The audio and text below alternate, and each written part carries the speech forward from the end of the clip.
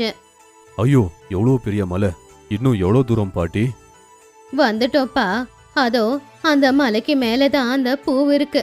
நீ இந்த மலையில ஏறி போயிட்டு அந்த பூவை பறிச்சுக்கிட்டு வா. என்ன, மலை ஏறணுமா? அவ்வளவு சுலபமா சொல்ற பாட்டி? ஏதோ மரத்துல இருக்கிற பழத்தை பறிக்கிற மாதிரியே சொல்றியே.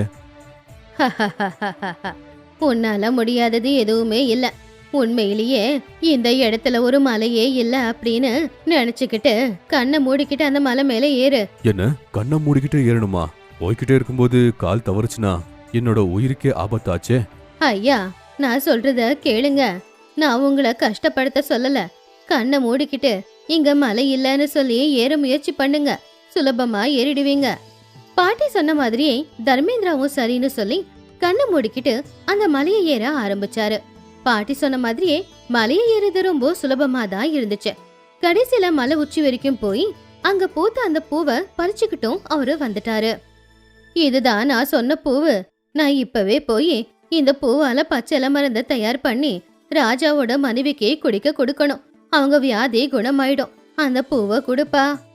இந்த பூவால எல்லா வியாதியும் குணமாக்கலால? எனக்கு ஒரு பிரச்சனை இருக்குமா? அத நீங்க தீர்த்து வைப்பீங்களா? சொல்லுங்க ஐயா. நான் யாருன்னு கூட தெரியாம நான் ஒரு வார்த்தை சொன்னேங்கிறதுக்காக இவ்வளோ பெரிய சாகசம் பண்ணி எனக்கு உதவி செஞ்சிருக்கீங்க. உங்க நன்றி கடனை இப்படியாவது நான் தீர்த்துக்கிறேன். உங்களுக்கு என்ன பிரச்சனைன்னு சொல்லுங்க. என் பேரு தர்மேந்திரா. கௌசல்யகிரிக்கு நான் தான் ராஜா.